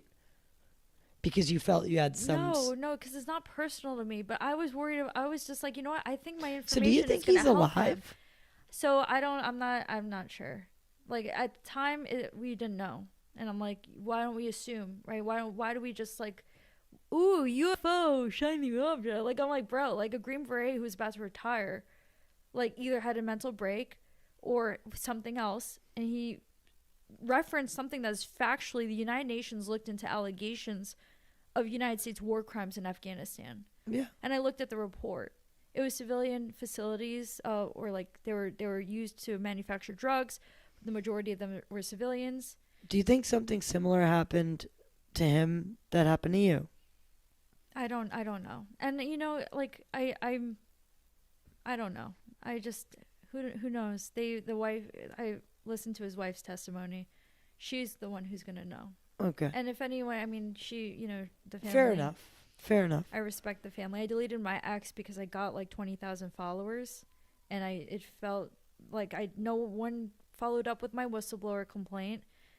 Tim Burchett you spoke to responded. Tim Burchett. Yep. His office reached out, and then I said, "Hey, when do you want to get the information?" Look, like, can I just say something really quick? Like, when I say I blew the whistle, I'm saying that these are things that happened when I was deployed, and I can give the people who have a need to know the actual dates. I can give you my team members. I can give you the office. It's where it is located, as far as a few of the things that I saw during my deployment. So that were paradoxical with and like, what you're talking about when you're not talking about UFO whistleblowing. You're talking about crimes whistleblowing. I'm talking about there's something that doesn't add up in our American foreign policy and the U.S. military. And what I said was that one thing we couldn't report on a surface to air fire because the CIA said don't report it. But the pilot reported it. So why would the pilot report it, but the CIA, someone in the middleman who doesn't have his life on the line, why does he get to decide? And why is he coming to an E4 at the time to tell me not to report it? I said that doesn't make any sense. But, you know, I didn't even think anything of it until that moment, because when I saw that the Green Beret, I was taking the assumption that he was blowing the whistle. I said, you know, there's something wrong here, right? Like, now these things seem like I need to maybe at least show that we're not like, that there is a factually like paradoxical approach. That we're not squeaky clean. I don't know if it's not squeaky clean, but it could just be bureaucracy. It could be just someone was like, yeah, you know what? Like, let's intervene here. And I'm like, well, your pilot should know that, hey, if you try to report something, good luck, because we're not reporting it. Like, you should have the people whose lives are on the line actually have that information. Anyway, didn't think much. That's what the one thing I blew the whistle. The other thing was, that was a blue on blue, actually. Blue on blue means like it was friendly fire. Yeah. So that was the thing. That was when the CIA said don't report it. And the other thing, Because they didn't want the embarrassment for blue on blue. Well, there's many reasons. I don't know. It Right. could be there. It could be dangerous. Maybe they have other people in an area and they couldn't put it out. I don't know. But I just thought like a pilot who is who survived. I thought he would know all this stuff. You know, I thought you would brief him. He would be privy to knowing what is at stake with what mission he was flying. Okay, so that's one. The two, we had UFOs, we had UAPs, and we weren't reporting them because when I tell you, like, it's not nefarious. Like, when I tell you it's unintentional, it's almost like we're kind of just going with the flow with some things, and this was one of them. I remember we got, like, UAP reports, so I process mission reports, which are sorties. Every time a pilot goes and comes back, he debriefs with his aircrew. Intel puts it in a mission report, puts it into the database called Kessel Run, and then I QC them, and then I finalize them. I take significant activities, which are events that happen during their flight. So, like, it could be like a interception, like with a fighter, which just mean interception could literally mean a suit just like came up and like looked at them. It doesn't mean they came right in front of them, but that's something we report. We report UAVs, unmanned aerial vehicles. So, like, if we see them, guard calls. If you get too close to a border of Iran or something, they're like, stay away from the border, you know, right. like that. We report how many of those we get and stuff. And we got quite a few mission reports that had UFOs, and they were called different things: unknown bogey, UAP, UFO. I like UBA. No, I don't know. There's a B in one of the acronyms. I don't know what it's called. Anyway, they had different names, and they were all coming from like distinctly like task forces in like areas like mostly I think more of like around Iraq and stuff. But anyway, I'm not gonna go too much into it because I'm like I get you right, and so we weren't reporting it. I remember thinking to myself, and I wasn't married, like I wasn't married to any idea of it. I said we should report things that we don't know, right? We should just be like, I don't know. Even if we don't know, just let people know there's something we don't know. We need to make sure like you guys are aware of it, because if you see it and you don't know, then we all don't know, right? Like then we can all like get on that page. But we're not reporting it because we're just like we don't know what it is, and we don't have a framework, we don't have a point of reference. The standard operating procedure doesn't say it. And I remember we got like quite a few per week. Like it was real consistent. And I said to myself, I'm gonna go on JWIX. You know what JWIX is? Yeah, I do. I don't know what the acronym is. I don't know the. It's when you have a top secret SCI clearance, which is what I had, and a lot of people have in intelligence community, you have access to JWIX. It's like having internet. It's just having internet. We have our own form of Google. It's not Google. Yeah, it's an intranet. Yeah. It's not an internet. It's an intranet. So it's a searchable database for that in data set. As long as you have a clearance you get that credential and you're good to go. And you can look up videos and all these different things. So I would type in UFO and just try, like, I literally just a broad regular search UFO or a Boolean. Well, Rep Luna just made a call for how many videos was it? 46 videos by name from these servers. Yeah, we have a lot. I mean, we had enough. Did you ever see anything that would not in detail, not like anything the public hasn't seen. Like they're all pretty much like similar. The wild one that I saw that I ended up seeing Fox News has a photo of, I don't know if the video is public, was Mosul Orb. That was crazy. I saw the video and I was like, you're zoomed in on the house. If you look at the photo, you're zoomed in. We do pattern of life analysis. So if there's like a potential like target of interest, not a target meaning but you want to stalk them, we have our Reapers that will hover, which are unmanned. UAVs. Yeah, they're unmanned. So they're the M9s, right? I'm awful. I don't remember anything. So right? one of MQ9 and stuff. MQ9. And RQ4 and stuff. Okay, so here, let me tell you really quick. So the orb comes out. It's not an orb. It's like a metal sphere. It comes very slowly in front of the camera. And that's when I felt that this is something that seems to be like it wants to like be acknowledged. So it wanted to be seen. Yeah, and that's what I blew the whistle on, right? Like I'm just like there's a myriad of things I've experienced that I didn't think had any value And whatsoever. our government is classifying these into a classified server, most likely because of all of our mission reports are classified. right, but like location and the asset collection. Right. It's not the actual UAV that's classified, but No, it's the you have the assets information on the Right. videos, so they have to go through a clearance process so for that. essentially what The foreign disclosure officer, but that would be for FDO, and then probably PA for going public right. affairs. What do you make of things like Trump's recent proclamation of declassifying the quote unquote alien and UFO files?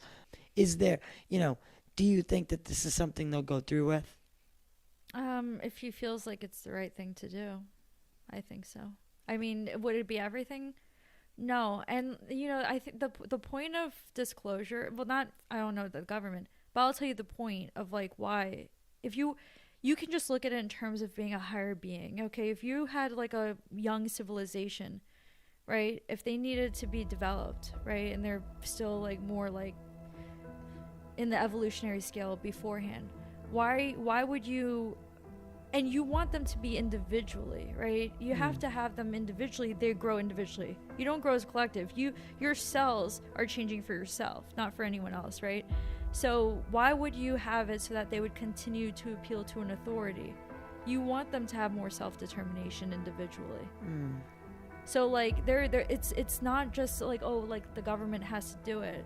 I mean, it wouldn't be logical. I mean, I look at it just from like working with children. You don't just like make it like, I mean, you want obedience, but let's say you have people who are adults, right? You don't just do it like this. Right.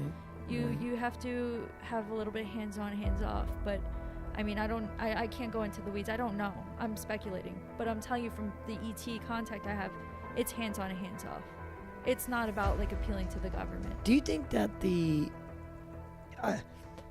I don't like to say extraterrestrial or alien, but because you say it, do you think that there are ETs that are control?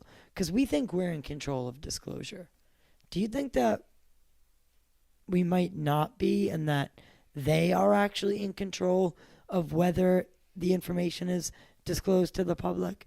Like, did they have the ultimate say? They have more macro level perspective. They would, right? They would have a more macro level perspective. Right.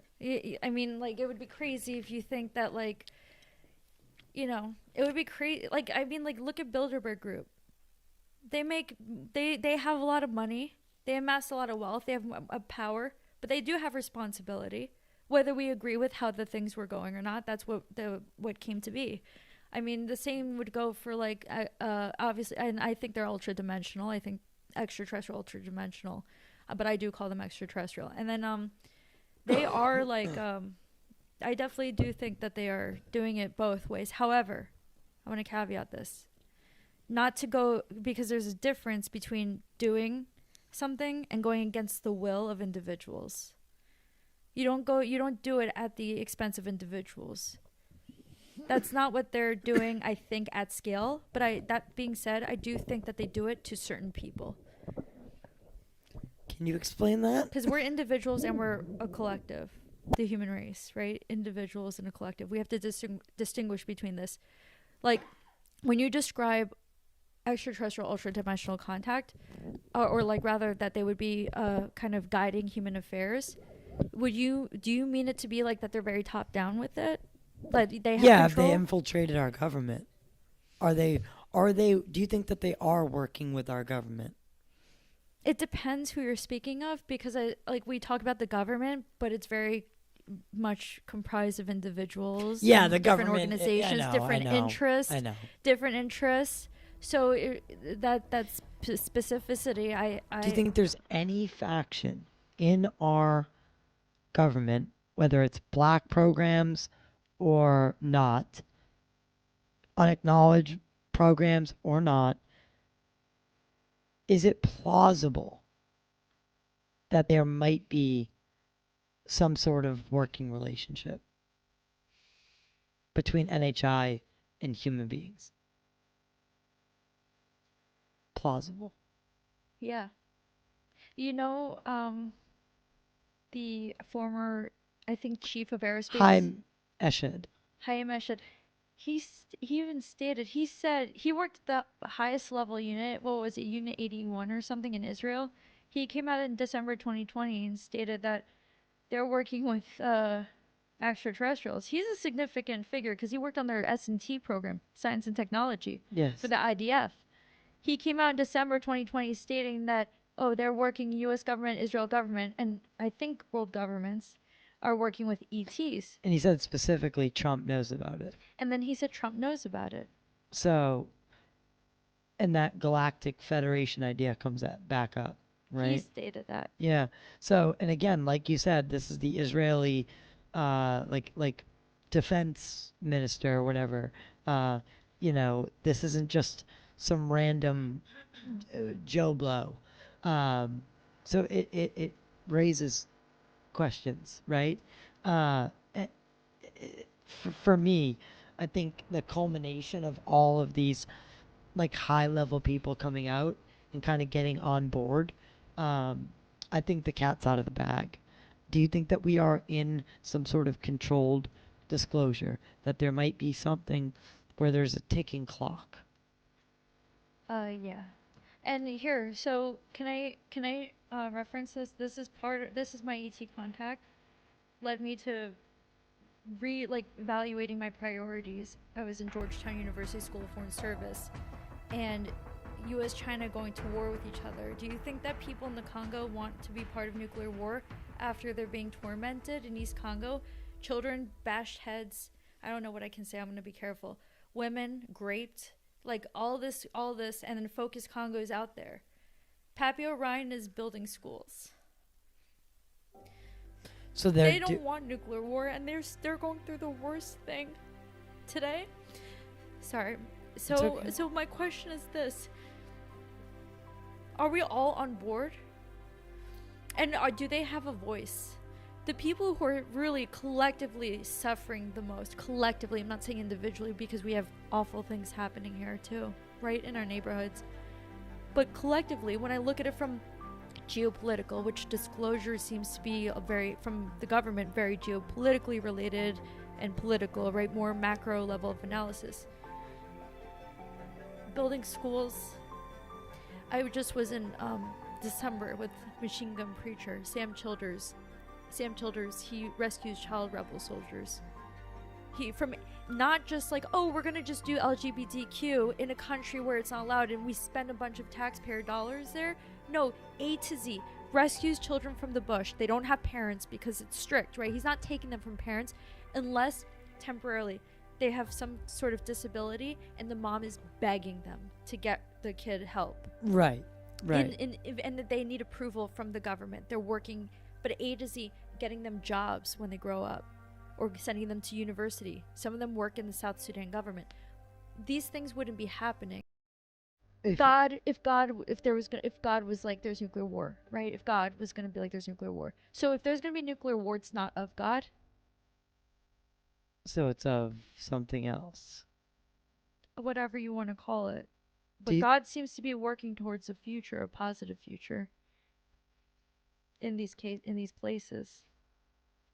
But it's just not on the news. It's just not a topic of interest for people. It's not a conversation. How can people I'll put the link for they have a website, I'm sure, right? Focus Congo, and I gave you the video. Yeah, I'll put that in the description below. It's a organization that I would love to the show, we could donate some money and play our part the best we can. And to everyone who's involved in that, with yourself, like even with yourself, I saw you over there doing your thing. That reminds me that there is tangible good in this world. But you look at something like the Epstein files, which proves to me that there's tangible evil. So just like there's probably good ET, do you suspect that there's indifferent or malevolent ET, and maybe this is what our ancestors called demons or gods? I think it's up to interpretation also, even just broadly. I say mine's good, but guess what? Like, what would I let them do? It only me letting them use me to do some bad. Then it's bad. Was it all great? No, it was like torture. When I told you, when I was electric shocks and fight or flight mode kicked up and all these different things going on, but like just the whole experience is just obviously traumatic. They certainly can recognize that. I think it's like objectively like horrific. They can just you can measure it. Like people are not happy when they're in like psychosis and things like that, but I think it's up to interpretation. It really is. It's all good and evil. I think the spiritual warfare is the best way to describe it, whether it's ET, ultra dimensional, jinn, the angels, demon, all of that I think is accurate. Where do you see disclosure in the next? Do you think the world is ready for disclosure? I think the way Capital that D. early adopters, the way technology works, there's early adopters, the critical point, all that stuff. Whatever, I don't know. I think that the experiencers are the fundamental part of the equation, the connecting node. I think the government and UAPs and that is imperative because it's unveiling things that the public was not previously privy to. Right. The privy gets to be exposed to this. And I'm not really involved in, I'm not a UFO researcher at all. Like I just speak to other experiencers and like here and there.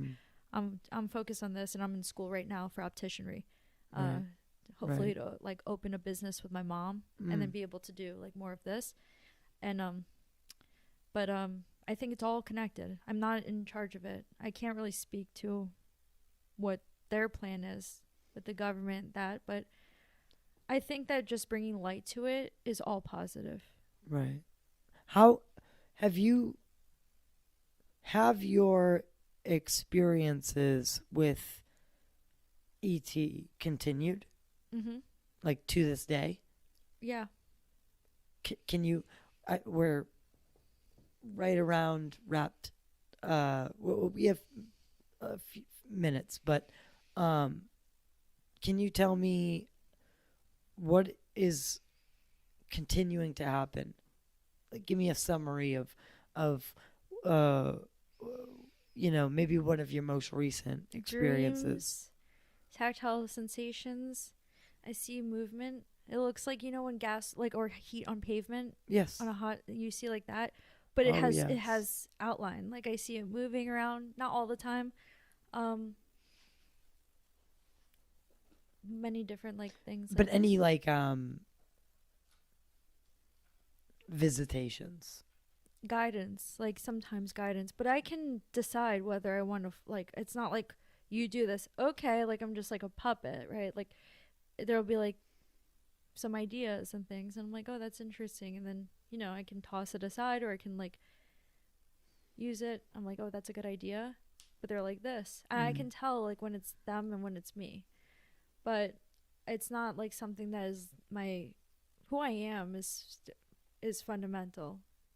Because you ask someone else who's an experiencer, they're gonna tell you they're all evil. All of them are evil, right? I mean, it's one subjective. It's different for each individual, who has it. And then me, I'm not I don't need to I'm not really interested in speaking about it every day. However, I like to speak to people who ask me questions like you. I'm really honored to be here. I'm really glad that I'm here. Actually, I really was the most comfortable on your podcast out of all of the podcasts that I've been on last year. And now that I'm a year far from it, I look back at ours. I was like, yeah, that was the one. Yeah, That was the it one. was a. Yeah, Ty was the real. There was not. I'm not saying they're not real. I love everyone. I met Tony. I met UFO. Good Morning UFO. Incredible people, and Nino, but the boxer. It was not from my experience, but other things.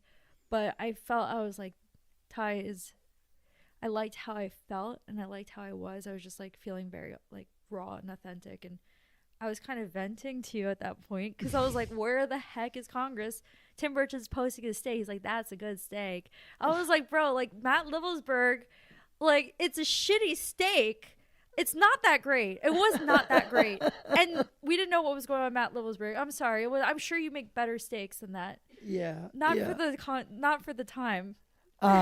We're making inroads with other members as well. We have a big plans going forward with other people that are more local to New England. So I really can't wait to just jump into that and see where it goes. But do you talk to experiencers that have been claimed or have claimed abduction? What do you think of abduction? I don't know. I don't know what their meaning is, because I don't know if it projects in and it can make you. I don't know, because Anjali's experience, and I out of all the people, John Ramirez, Anjali, like if you would have asked me my opinion, I say I know she's an experiencer. I know for a fact. I know that John Ramirez is for a fact. After I had a conversation with him and I had my experience as a reference point. I'm not listening to them like I'm running with it. I have my experience, so I use that point of reference. Whitley Strieber is 100% experiencer. Yeah. I can't think. Shane Frakes. Shane? Yeah, Shane Frakes is a major experiencer. Like He's the insights. Quite interesting. The insights that he has. It's through what their insights, and you see through their realizations. You see the way that. Anyway, so like that's Understood. what I saw, and then Jason Sands. I think he is one. But I don't know. I can't speak to the interpretive part of it. I think he's an experiencer.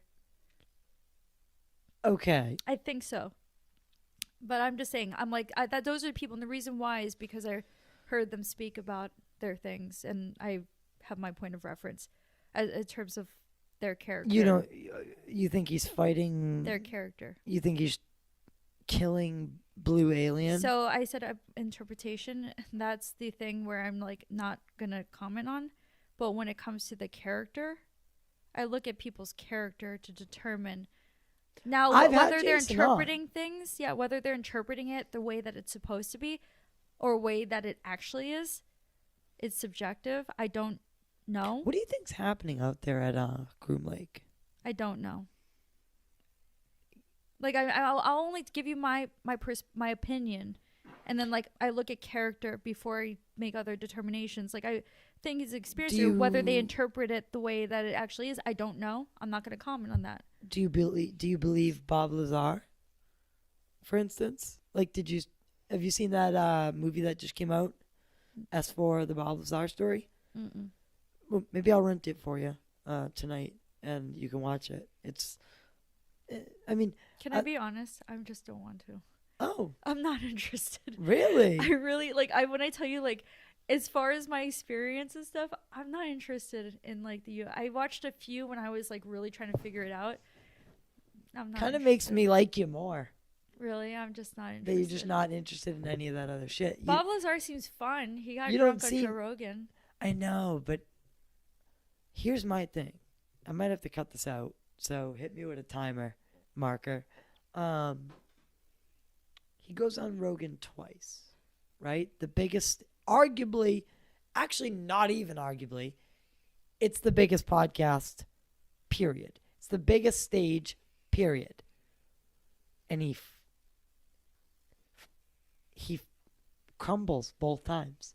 Really? I didn't watch the whole thing. I just saw a clip of him. Accidentally gets too drunk the second time. And the first time, I don't know if you remember, but Jeremy was like, oh, he's got a headache. He's got a headache. He's nervous. And then I fed him McDonald's, and he really doesn't feel well. And it's like both times he went on Rogan, he just seems to like crumble. And it's like, okay. I think Bob Lazar, like, he's like, you're not putting this in, right? You're gonna cut it? Like, yeah. he might. Okay, fuck it. You No, know, no. fuck it. What? He might be getting it. Bob Lazar, you like. I feel like he's getting slapped around. Like, I think they do whatever they want to him. Now, is it like, I think he's letting it to a lot of external things. If Jeremy Corbell, no one's speaking for me, right? Like, I'm not going on a show and Jeremy's gonna be like, my tummy hurts. I was like, fucking, like, tuck that pussy away. Like, I'm good. Like, dude, like, no. Seriously. Like, don't make me sound like that, because I'm gonna tell you to stop it. I'm gonna stand up for myself. So when I see someone being spoken for on behalf, I'm like, who? Like, you elected your speech.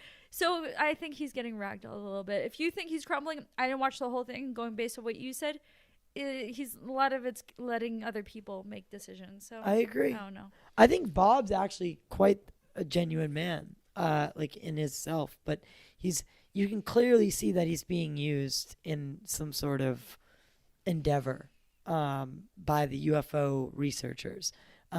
He's making appearances on four shows.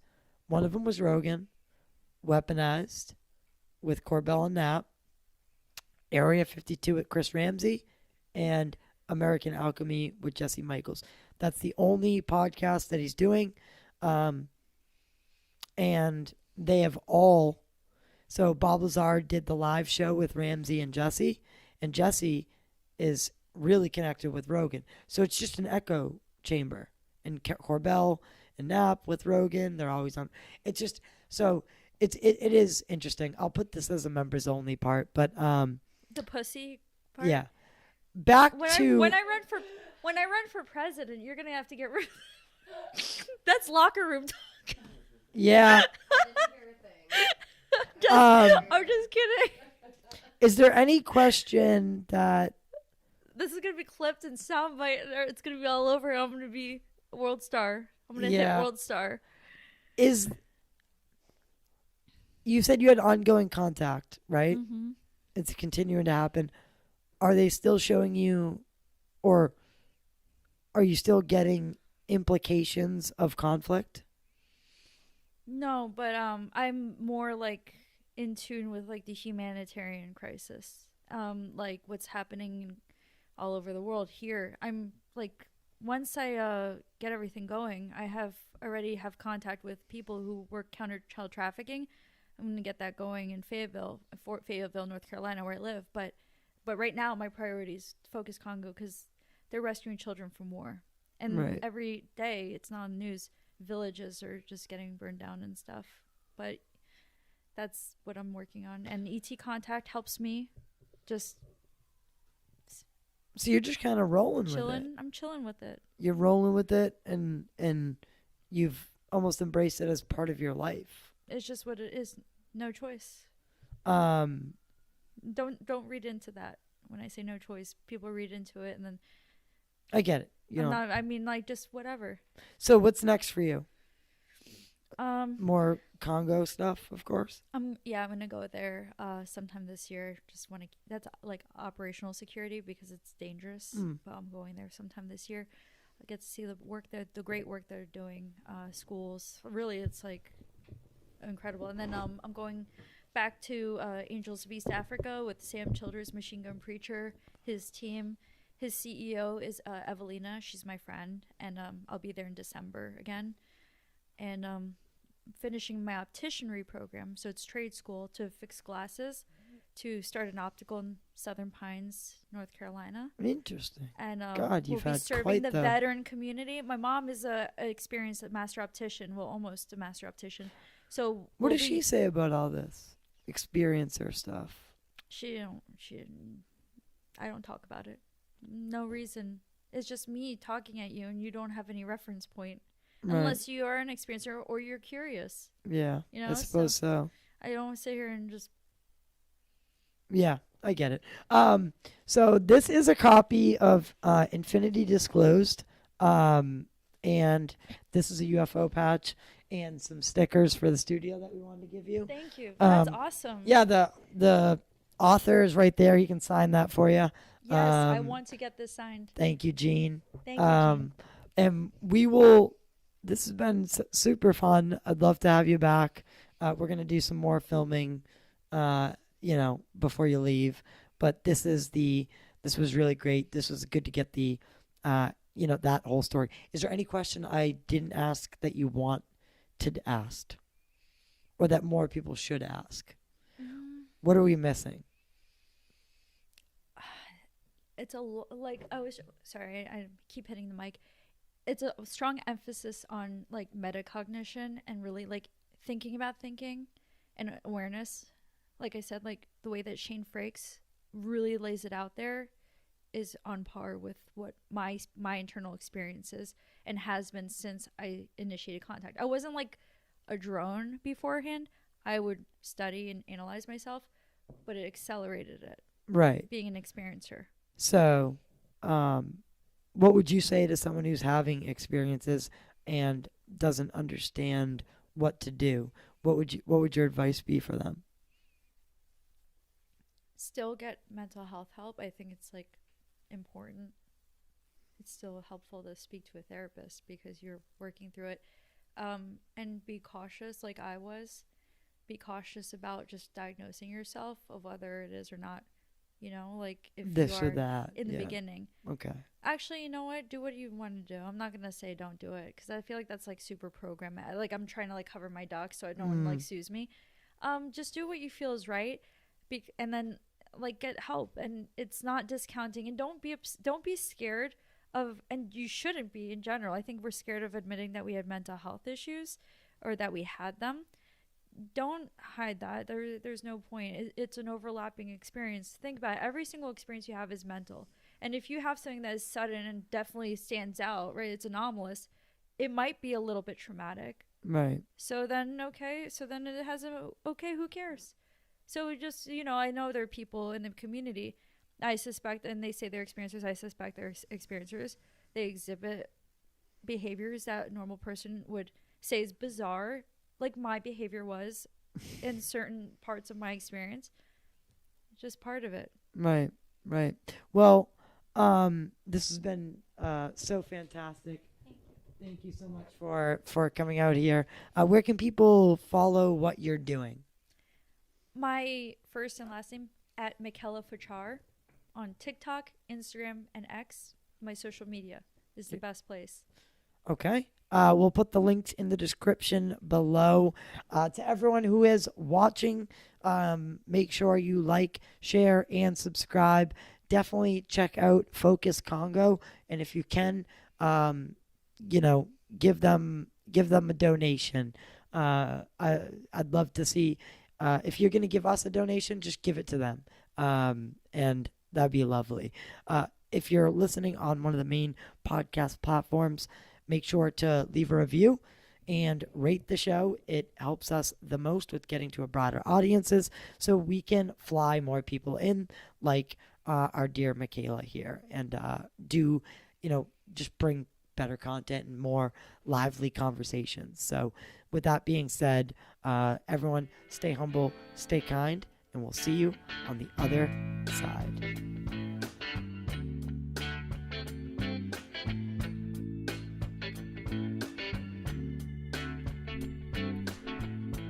When I look out my window, many sights to see. And when I look in my window, so many different people to be, that it's strange, so strange. You got to pick up every stitch. You got to pick up every stitch. Put that up. Let me see it. You got to pick up every stitch. Oh, must be the season of the witch. Must be the season of the witch. Yeah. Must be the season season of the week.